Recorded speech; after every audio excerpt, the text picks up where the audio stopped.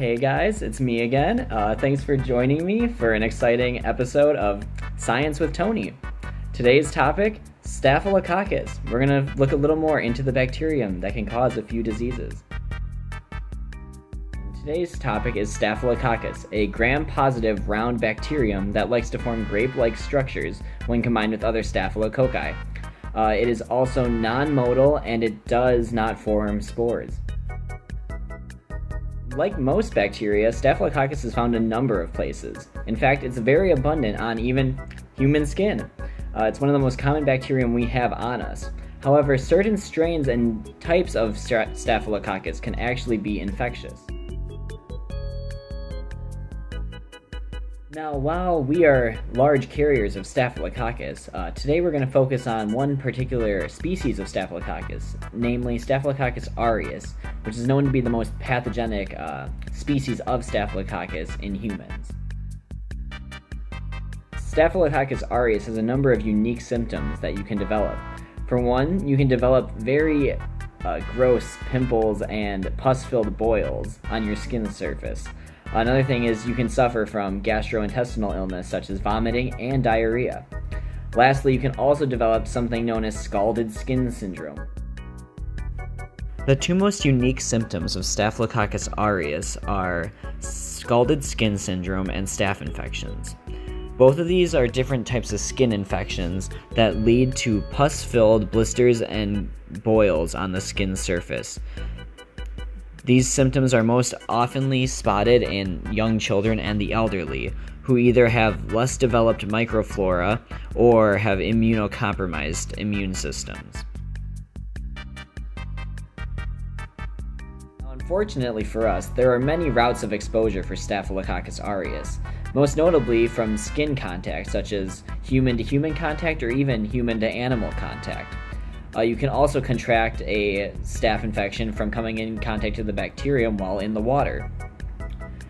Additionally, Staphylococcus aureus is known to be a foodborne pathogen, meaning that you can ingest it and also begin to exhibit symptoms.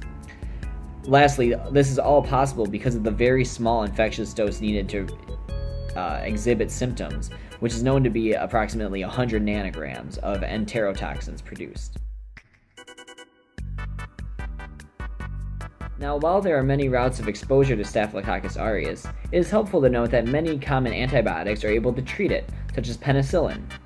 However, there are strains of Staphylococcus aureus that are not susceptible to these antibiotics, most notably methicillin-resistant Staphylococcus aureus, or MRSA. These ones are resistant to penicillin, as I mentioned, and must need a different form of vaccination or antibiotic in order to treat it.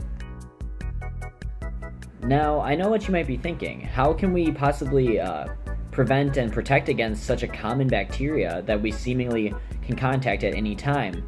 Well, luckily for us, simple disinfection techniques are helpful, such as hand washing or like cooking your food to avoid it being a foodborne illness.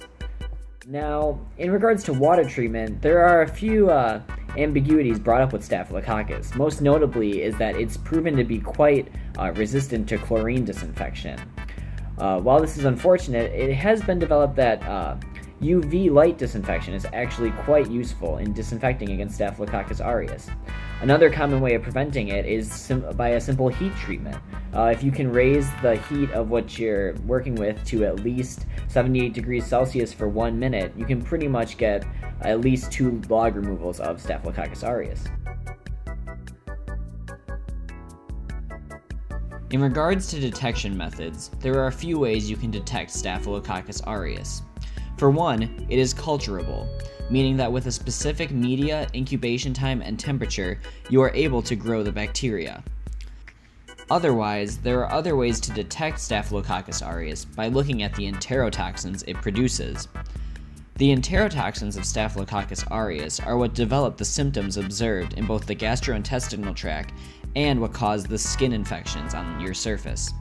Because of this, you can detect the enterotoxins using different forms of PCR, whether this is regular PCR, multiplex PCR, real-time PCR, or reverse transcriptase PCR.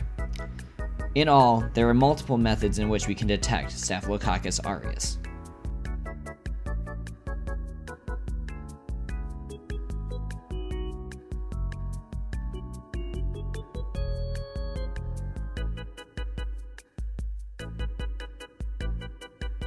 Right, so I hope you guys learned a little bit more about Staphylococcus, and I hope this is enlightening to you.